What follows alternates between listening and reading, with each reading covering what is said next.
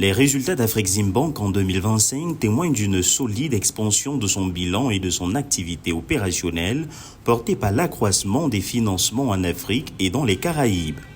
Les prêts et avances nettes ont progressé de 16% pour atteindre 33,5 milliards de dollars, soutenant des secteurs clés tels que l'industrie manufacturière, les infrastructures, la sécurité alimentaire et l'adaptation au changement climatique.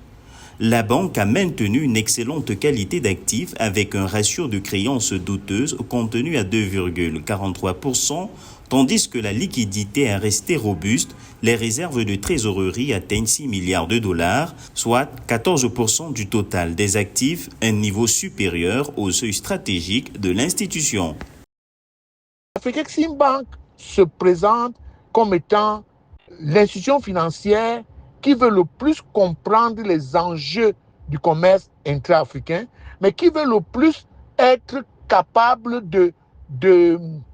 d'homogénéiser la compétitivité des acteurs économiques africains, en primauté les PME. Parce que les PME africaines ont un problème de compétitivité. Ces PME ont donc besoin de la compréhension d'une institution financière qui est transafricaine. Les indicateurs de rentabilité se sont également améliorés, le résultat net progressant de 19% pour s'établir à 1,2 milliard de dollars, tandis que le résultat brut a atteint 3,5 milliards de dollars, reflétant une croissance soutenue des revenus. Les capitaux propres ont progressé de 17% pour atteindre 8,4 milliards de dollars, soutenus par les entrées de capitaux et les bénéfices non distribués.